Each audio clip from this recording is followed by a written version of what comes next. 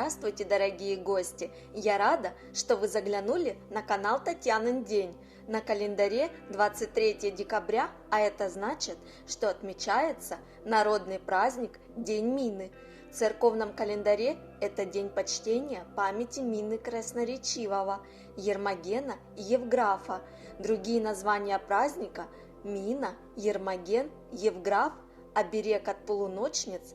С 23 декабря день начинал прибывать, а ночь уменьшалась. Время с 23 по 29 декабря называлось днями Спиридонового поворота. Император Максимилиан послал Мину из Афин в Александрию, чтобы подавить волнение христиан. Однако Мина сам стал проповедовать христианскую веру, а поскольку святой был отличным оратором, то ему удалось обратить в христианство многих язычников. Тогда император направил в Александрию епарха Ермогена для суда над Миной. Ермоген, видя стойкость Мины во время пыток, сам уверовал в Бога. Узнав об этом, император лично прибыл в Александрию. Он собственноручно изрубил Евграфа, секретаря Мины, а Мине и Ермогену приказал отрубить головы. На Руси мученика Мину считали целителем глазных болезней. Существовало предание, что этот святой обладал даром чудотворения и лечил людей с плохим зрением. Наши предки верили, что Мина не только дает глазам физическое здоровье, но и убирает с них пелену, мешающую отличать добро от зла, а правду от лжи. Такое поверье связано также с тем, что со дня святого Мины день начинает прибывать, пока еще незаметно, но верно. Со святого Мины тьма нас мимо, говорили в народе по этому поводу, и добавляли: помня о способностях святого исцелять глазные болезни. Со святого Мины с очей пелена.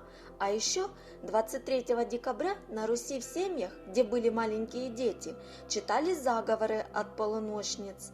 Полуночницами наши предки называли злых духов, которые насылали на детей кошмары и мешали сну. Если ребенок не спал в своей колыбели, кричал, плакал и стучал ножками, то считалось, что это чудит полуночница. Знахарка или ведунья над таким ребенком приговаривала специальные слова. Незамужним девушкам запрещено выпекать кулинарные изделия, иначе тот, кто полакомится этой пищей, потеряет покой. Также нельзя всматриваться в огонь и заглядывать в глаза незнакомым. Это к ухудшению зрения. В этот день нельзя ругаться, переедать, а также злоупотреблять спиртным.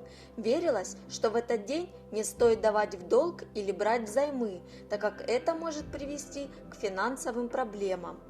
Сегодня следует быть очень внимательным к получаемой информации. Это время начала возрождения и обновления. Полезно постараться взглянуть новыми глазами не только на текущую ситуацию, но и на свое отражение в зеркале. Возможно, настало время что-то изменить. Сегодня лучше всего подойдет легкая пища, злаки, рыба. Приметами 23 декабря считалось: если в день Мины стоит ясная погода, то скоро ударят морозы, если снег ветром легко разносится, то лето будет без дождей, белые облака, плывущие по небу, предвещают скорое похолодание, если в день Мины пошел дождь, то весна будет дождливой. Если на Ермогена вокруг Солнца или Луны виднеются кольца, то вскоре ожидается обильный снегопад. Если звезды на ночном небе стали мерцать, то скоро начнется стужа. Если звезды начали ярко гореть, то вскоре ударят морозы. Если ночные звезды кажутся маленькими, то скоро начнется снегопад. Сороки в этот день летают рядом с избами или лезут под стреху. Будет вьюга. Если пиво начало пениться в бочке, то скоро пойдет снег. Именины сегодня отмечают Ангелина, Гемел, Гермоген, Евгений, Евграф, Евлалия, Иван, Йосаф, Мариан, Мина, Степан. А вот родившимся 23 декабря не приходится рассчитывать на легкую жизнь. Они всего добиваются с трудом. Носить им следует малахит или нефрит. Я благодарю вас за просмотр. Если понравилось это видео, то ставьте класс и подписывайтесь на канал.